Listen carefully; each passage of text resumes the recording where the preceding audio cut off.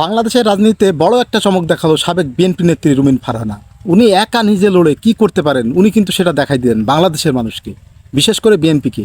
উনি বুঝাই দিলেন জনপ্রিয়তা থাকলে, অন্যায়ের বিপক্ষে কথা বলতে পারলে একাই নির্বাচন করে জয়কে ছিনিয়ে আনা যায়। ওনাকে যখন বিএনপি প্রার্থিতা দিল না, তখন কিন্তু বিএনপির অনেক নেতা এটা নিয়ে মনক্ষুণ্ণ হয়েছিল এবং তাদের অনেকে বলেছিল একজন ত্যাগী নেতাকে কেন মনোনয়ন দেওয়া হলো না। এবং আজ তিনি প্রমাণ করলেন তিনি আসলেই ত্যাগী নেত্রী ছিলেন। ব্রাহ্মণবাড়িয়া ২ আসনে স্বতন্ত্র প্রার্থী রুমিন ফারহানা হাঁস প্রতীক নিয়ে বড় ব্যবধানে বেসরকারিভাবে বিজয়ী হয়েছেন। তিনি তার নিকটতম প্রতিদ্বন্দ্বী প্রার্থীর চেয়ে ৩৭,৫৬৮ ভোট বেশি পেয়েছেন। ব্রাহ্মণবাড়িয়া ২-এ মোট ৯ জন প্রার্থী থাকলেও প্রতিদ্বন্দ্বিতা করেছিল সেখানে কিন্তু মাত্র ৮ জন, এবং সেখানে তিনি ৩৭,০০০ ভোটে বিজয়ী হয়েছেন। ভাই, এখন প্রশ্ন হচ্ছে বিএনপি কি আবার রুমিন ফারহানাকে দলে টানতে যাচ্ছে? স্বতন্ত্র হিসেবে জয়ের পর কি বদলে যাবে রাজনৈতিক সমীকরণ? রুমিন ফারহানাকে ফিরিয়ে নিলে বিএনপি দলের ভেতরে কি তৈরি হবে নতুন কোনো দ্বন্দ্ব? চলুন আমরা দেখে আসি। প্রথম কথা হচ্ছে উনি দলে ফিরতে পারবেন কিনা বা দল নিতে পারবে কিনা। ভাই, বাংলাদেশের সংবিধানের ৭০ অনুচ্ছেদ অনুযায়ী কোনো এমপি যদি দলের মনোনয়নে জিতে পরে দল ছাড়েন বা বিপক্ষে ভোট দেন তাহলে আসন শূন্য হতে পারে। কিন্তু যদি কেউ স্বতন্ত্র প্রার্থী হিসেবে জিতে তাহলে তিনি সরাসরি কোনো দলের এমপি হিসেবে গণ্য হন না।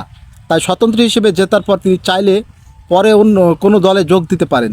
এটা রাজনৈতিক সিদ্ধান্তের বিষয়।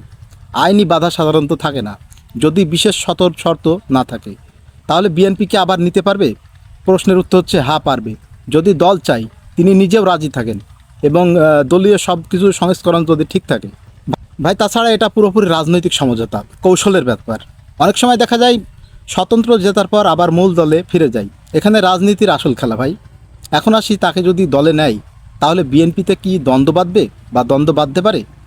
প্রথমত, মনোনয়ন বঞ্চিত নেতাদের অসন্তুষ্ট প্রকাশ হতে পারে। যারা আগে দলীয় টিকিটের জন্য কাজ করেছিলেন তারা মনে করতে পারে স্বতন্ত্র হয়ে জিতে এলেই কি পুরস্কার, এতে ক্ষোভ তৈরি হতে পারে। আবার কেউ কেউ যদি দলীয় সিদ্ধান্তের বাইরে গিয়ে স্বতন্ত্র হন, পরে তাকে ফেরত নিলে শৃঙ্খলার বার্তা দুর্বল হয়ে যায়, এমন যুক্তি তুলতে পারেন কেউ কেউ।